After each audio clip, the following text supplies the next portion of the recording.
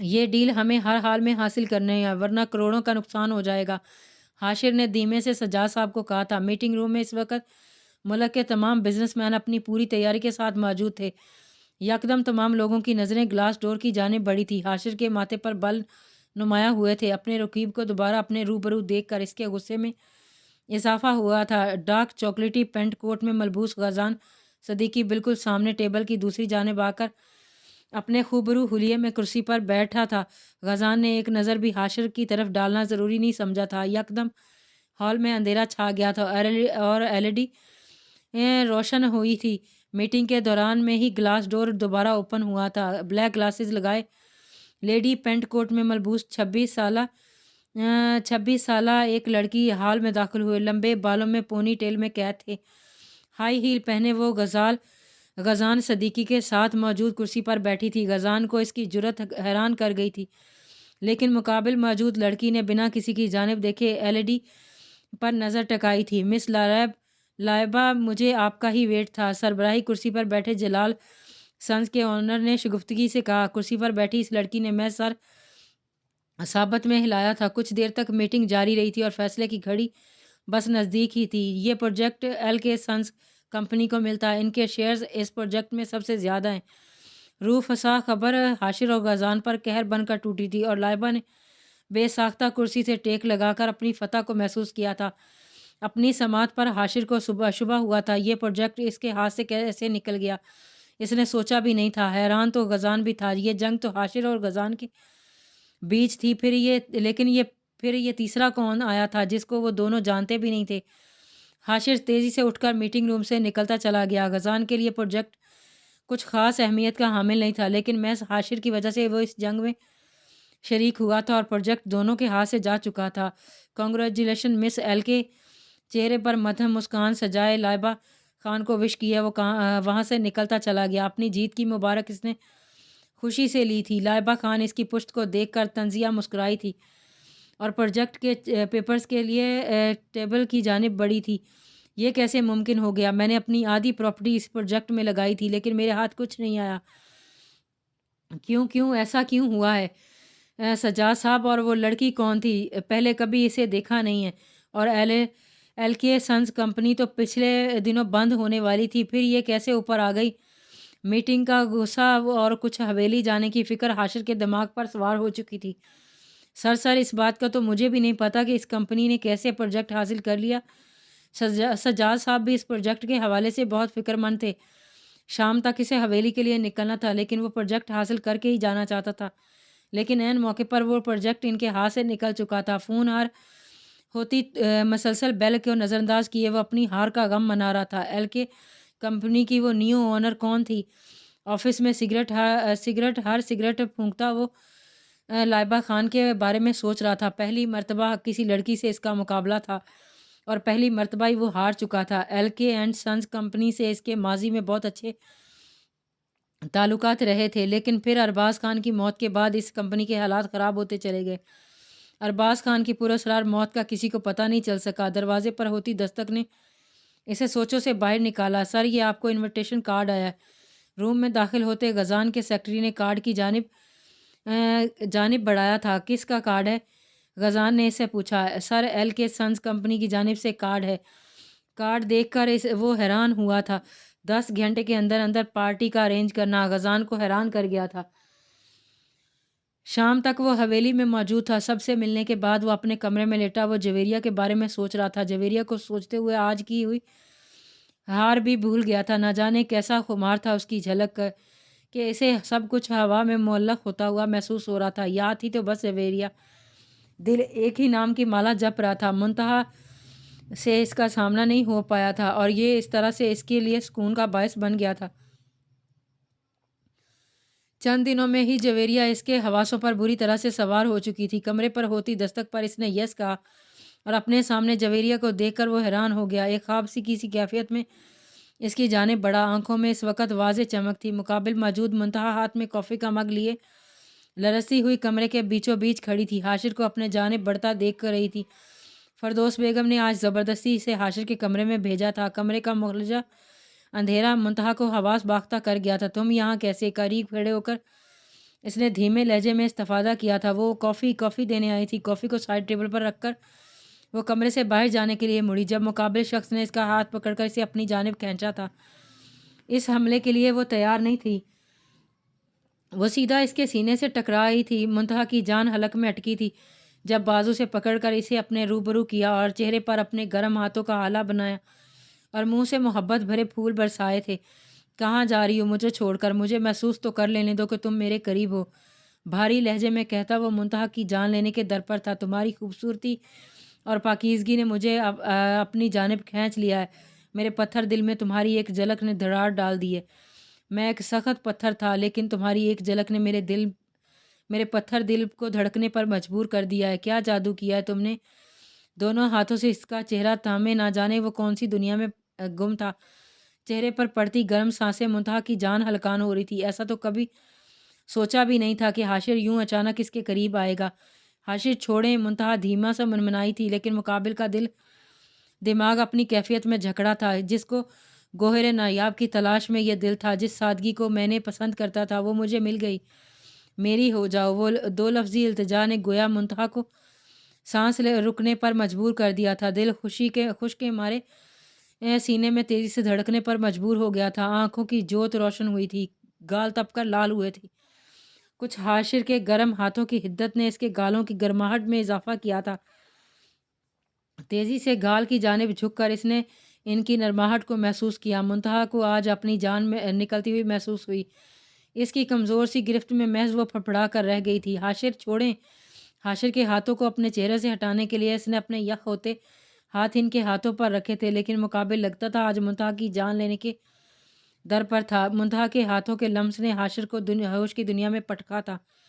اپنے قریب منتہا کو دیکھ کر آنکھوں میں شدید حقارت چمکی تھی اور اپنی بے اختیاری پر شدت کی شرمندگی محسوس ہوئی تھی۔ پل بھر میں اسے خود سے دور دھکیلا اور بے ساختہ آنکھیں میچ کر رخ موڑ گیا۔ اتنی بے اختیاری، وہ بھی مجھ سے؟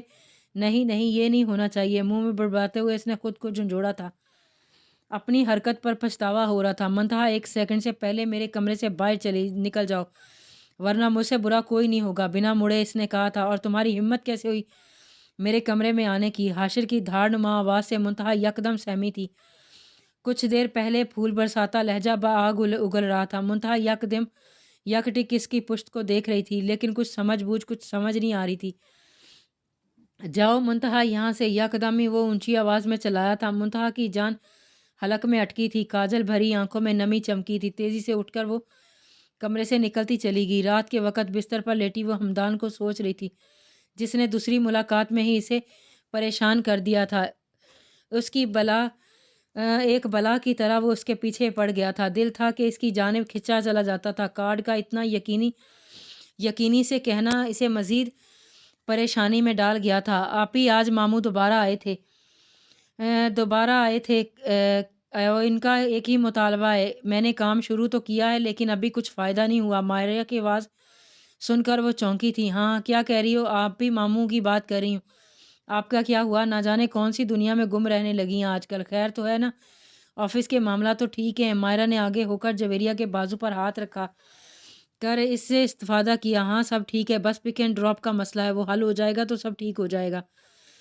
کل سر سے بات کروں گی اور لون کا بھی پوچھوں گی، اگر ملا تو وہ ٹھیک، ورنہ کچھ سوچتی ہوں۔ تو ممی کا خیال رکھا کرو، مجھ سے تو وہ اچھے طریقے سے بات نہیں کرتی، تم ہی ان کے قریب ہو تو خیال کیا کرو۔ اب سو جاؤ، صبح مجھے جلدی جانا ہے ورنہ اس روٹ کی بس چلی جاتی ہے۔ ذرا سا مسکرا کر کہتی وہ کروٹ بدل گئی اور ماریا بھی چٹ لیٹی کل کے بارے میں سوچنے لگی۔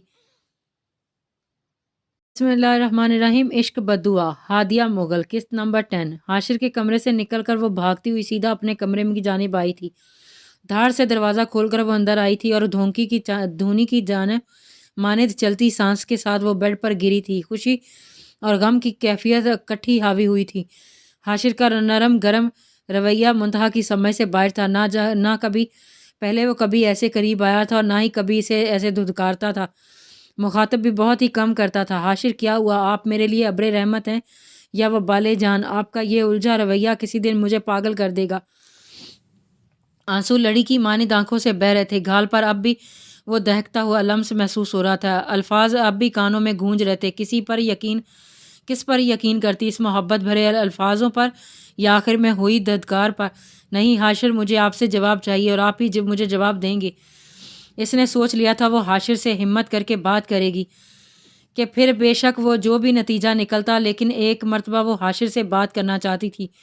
امپورٹڈ سوٹ پہنے، گھنے بال سیٹ کیے، ہلکی داڑھی، بڑی داڑھی میں وہ آج بھی پارٹی میں موجود تمام میدوں میں نمایاں لگ رہا تھا۔ دونوں بھائی اکٹھے فارم ہاؤس میں داخل ہوئے۔ اپنے بھائی کی پرسنالٹی سے وہ ہمیشہ مرغوب رہا تھا۔ اس کی لک، ان کی ڈریسنگ سب سے الگ تھلگ اور انفرادی ہوتی تھی۔ بھائی، آج کی پارٹی میں تو آپ حسینوں پر قہر بن کر ستم ڈھائیں گے۔ ہمدان نے دھیمے سے غزان کے کان کی جانب جھک کر کہا، شٹ اپ، اور مجھے تم کسی لڑکی کے ساتھ کھڑے نظر نہ ہو، سمجھ گئے؟ غزان نے اس دھمکی نما انداز میں کہا تھا۔ اوکے بھائی، سمجھ گیا، لڑکی کے پاس نہیں لیکن حسینہ کے پاس کھڑا ہو جاؤں گا۔ آپ میرے بڑے بھائی ہیں، آپ کی بات کیسے ٹال سکتا ہوں؟ ایک آنکھ دبا کر کہتا وہ غزان کو مسکرانے پر مجبور کر گیا۔ لبوں کو دونوں جانب سے پھیلا کر اس نے مخصوص مسکراہٹ دی تھی۔ بھائی کبھی کھلا کر بھی ہنسا کریں، میں تو آپ کے کہہ کے سننے کے لیے ترس گیا ہوں۔ منہ بنا کر کہتا وہ سامنے دیکھنے لگا۔ جسٹ شٹ اپ، تمہیں بڑبڑ کم نہیں ہو رہی؟ میں نے یہیں سے واپس چلا جاؤں گا۔ اوکے بھائی، میں شٹ اپ ہو گیا ہوں، چلیں آگے بڑھیں۔ مس ایل کے ہماری جانب ہی آ رہی ہیں۔ ہمدان نے بہت مشکل سے اسے پارٹی کے لیے منایا تھا اور مزید کوئی الٹی بات کر کے وہ اسے وہاں سے جانے پر مجبور نہیں کر سکتا تھا۔ ہیلو مس ایل کے۔ لائبہ کے قریب آتے ہی ہمدان نے اپنا ہاتھ آگے کیا تھا۔ Hello mister Hamdan. لائبہ نے بھی اپنا نرم ہاتھ ملا کر ہمدان کو جواب دیا تھا۔ ہیلو مس ایل کے۔ غزان نے مخصوص منہ سے ہیلو کہا تھا، ہاتھ بڑھانے کی اس نے زحمت ہی نہیں کی تھی۔ لائبہ خان اس کا ایٹیٹیوڈ دیکھ کر تنزیہ سا مسکرائی تھی۔ یہ آپ کے لیے مس ایل کے، پھولوں کا بوکے ہمدان نے لائبہ کی جانب بڑھایا۔ اینڈ کنگریچولیشن مس ایل کے۔ غزان نے بھی اسے مبارکباد دی۔ تھینکس مسٹر غزان اینڈ ہمدان، مجھے افسوس ہوا کہ آپ یہ پروجیکٹ ہار گئے۔ لائبہ نے طنز کے تیر چلائے تھے۔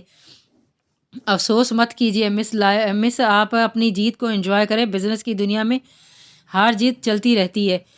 اگر ہم ان چھوٹی موٹی ہار پر پریشان ہونے لگے تو پھر ہم سے بڑا بیوقوف کوئی ہوگا۔ ہمدان کو اس کا لہجہ عجیب لگا تھا۔ اس سے پہلے غزان کچھ بولتا، ہمدان نے فوراً لائبہ کو جواب دیا تھا، that's great mister Hamdan, anyway come and join the party. ایک تیکھی نظر غزان کی جانب ڈال کر وہ آگے بڑھ گئی تھی۔ ہمدان کو اس کی نظر نے چونکایا تھا۔ اپنے بھائی پر کسی کی تیکھی نظر برداشت کرنا ہمدان کے لیے مشکل ہو گیا تھا۔ ڈائننگ ٹیبل پر بیٹھا وہ آغا جان سے باتوں میں مصروف تھا جب مکمل سیاہ میں لپٹی منتہا ڈائننگ ہال میں داخل ہوئی تھی۔ لبوں پر مخصوص گلابی لپسٹک، ہاتھوں میں پہنی چوڑیاں اور مسکارا اور لائنر سے مزین آنکھیں دیکھ کر حاشر کی ماتھے کی رگیں تنی تھیں۔ ایک نظر ڈال کر وہ دوبارہ آغا جان کی جانب متوجہ ہوا تھا۔ کچھ دیر میں آفاق بھی نیک ناک سا تیار ڈائننگ ہال میں داخل ہوا تھا۔ آگے بڑھ کر اس نے حاشر کے سامنے ہاتھ بڑھایا تھا۔ دونوں بہن بھائیوں کو دیکھ کر حاشر کا تنفر سوا نیزے پر پہنچا تھا۔ ایک نظر اس نے آغا جان پر ڈالی اور ہاتھ ملا کر فوراً پیچھے کیا۔ آغا جان کی وجہ سے حاشر کچھ نہیں کہہ پایا تھا۔ اپنی بہن کے لیے اس نے کبھی بھی آفاق کو پسند نہیں کیا تھا۔ 10 سال پہلے نہ جانے کون سی سچائی تھی جو حاشر دل میں دبا کر بیٹھا تھا، اور اسی سچائی کی بدولت وہ زوبیہ بیگم کی پوری فیملی سے نفرت کرتا تھا آ رہا تھا۔ بچیوں کو دوپہر تک آپ نے شاپنگ پر لے جانا ہے حاشر بیٹا، اور خیال رکھے کہ مجھے کوئی شکایت نہ ملے۔ آغا جان کی بات پر محض اصابت میں سر ہلا کر رہ گیا تھا۔ آج سر نہیں آئے؟ آفس میں نہ پا کر اس نے اریبہ سے پوچھا تھا۔ جی وہ آج نہیں آیا اور پورا ویک وہ نہیں آئیں گے، ان کی بہن کا نکاح ہے، اریبہ نے مطمئنیت سے جواب دیا تھا۔ اوکے، وہ دھیما سا مسکرا کر اپنے کیبن کی جانب بڑھ گئی۔ رکو، تم کیوں پوچھ رہی تھی؟ کوئی کام ہے کیا ان سے؟ اگر ہے تو مجھے بتا سکتی ہو۔ اریبہ اس کے پیچھے آئی تھی۔ میں بس ایسے ہی پوچھ رہی تھی، کیونکہ کام تو کوئی نہیں ہے، بس اریبہ کو کچھ اندازہ ہو گیا تھا اسے کسی مدد کی ضرورت ہے۔ جویریہ، میں تمہاری بہنوں جیسی ہوں، اگر تمہیں کوئی کام ہے تو مجھے بتا دو، شاید میں تمہاری ہیلپ کر دوں۔ دیکھو سر بہت سخت ہیں، طبیعت کے ہیں، لیکن اگر کسی کو مدد کی ضرورت ہو تو وہ فوراً مدد کرتے ہیں۔ جویریہ کی اریبہ کی باتوں سے کچھ حوصلہ ہوا۔ مجھے لون چاہیے تھا، گھر کے حالات بہت خراب ہیں، لینڈ لارڈ نے 1 ہفتے کا وقت دیا ہے، پورا ہفتہ ہو چکا ہے، کل وہ پھر دھمکے گا۔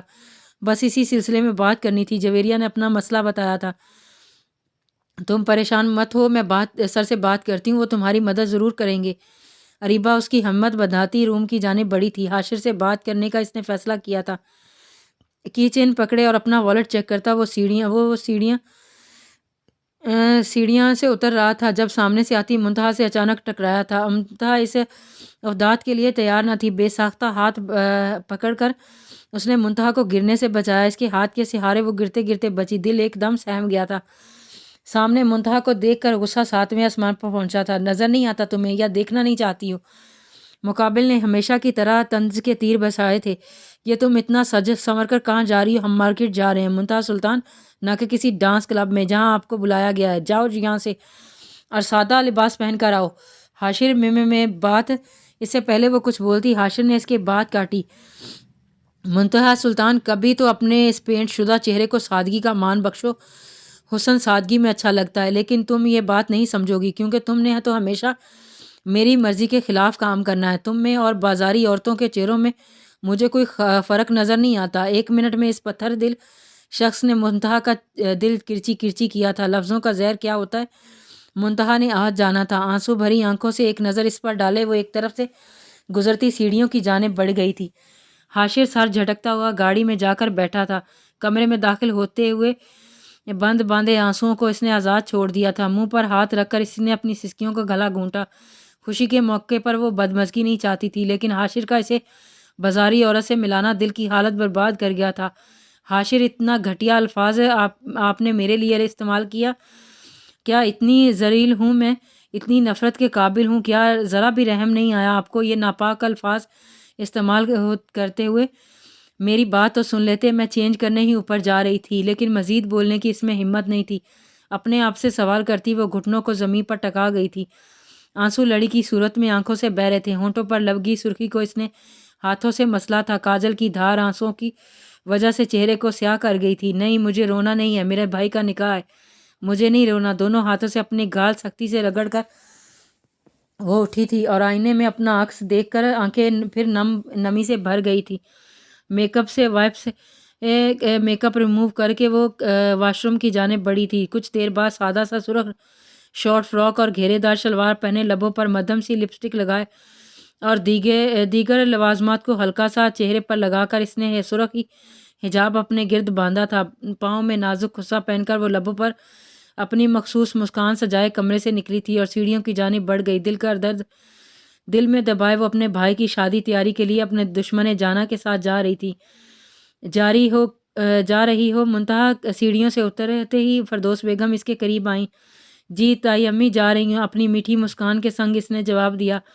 ماشاءاللہ، بہت پیاری لگ رہی ہو آج، یہ اتنی ہلکی لپسٹک کیوں لگائی ہے؟ آج تو تم حاشر کے ساتھ جا رہی تھی، پھر اتنا سادہ پن کیوں؟